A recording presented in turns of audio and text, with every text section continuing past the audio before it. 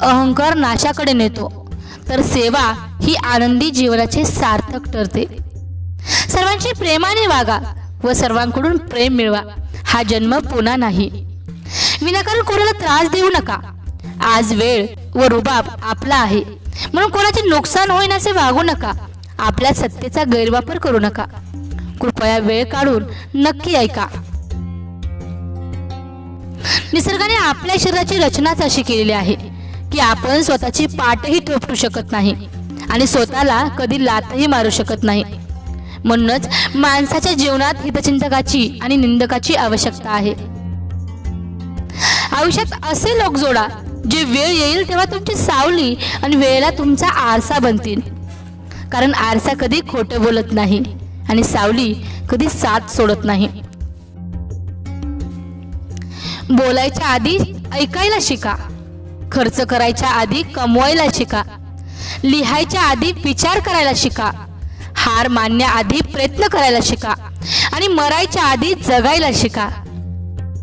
जीवनात एवढ्याही चुका करू नका की पेन्सिलच अगोदर संपून जाईल आणि रबराला एवढाही वापरू नका की जीवनाच्या अगोदर कागदच फाटून जाईल. जीवन जगताना संगत ही खूप महत्त्वाची आहे.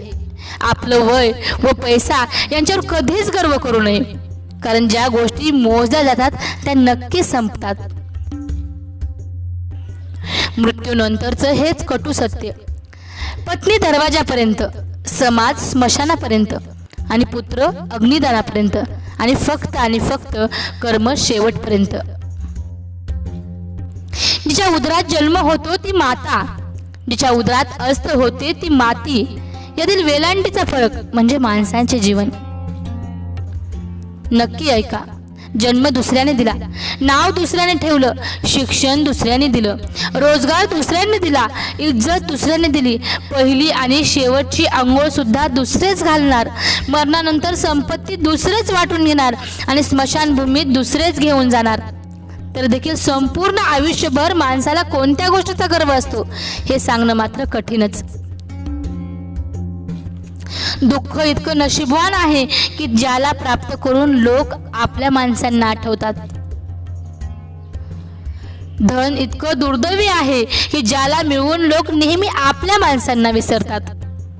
किती विचित्र आहे ना. माणसाच्या शरीरात 70% पाणी आहे, पण जखम झाली की रक्त येतं आणि माणसाचे हृदय रक्ताचे बनलेले असून हृदय दुखावलं की डोळ्यातून पाणी येतं. चांगले मेसेज नेहमी जास्तीत जास्त शेअर करा. मनाला खूप वेगळा आनंद मिळेल. खूपच सुंदर लेख आहे, त्यामुळे मी तो तुमच्यापर्यंत पाठवला. तुम्ही इतर ग्रुपवर सेंड करा. पूर्ण ऐकल्याबद्दल धन्यवाद.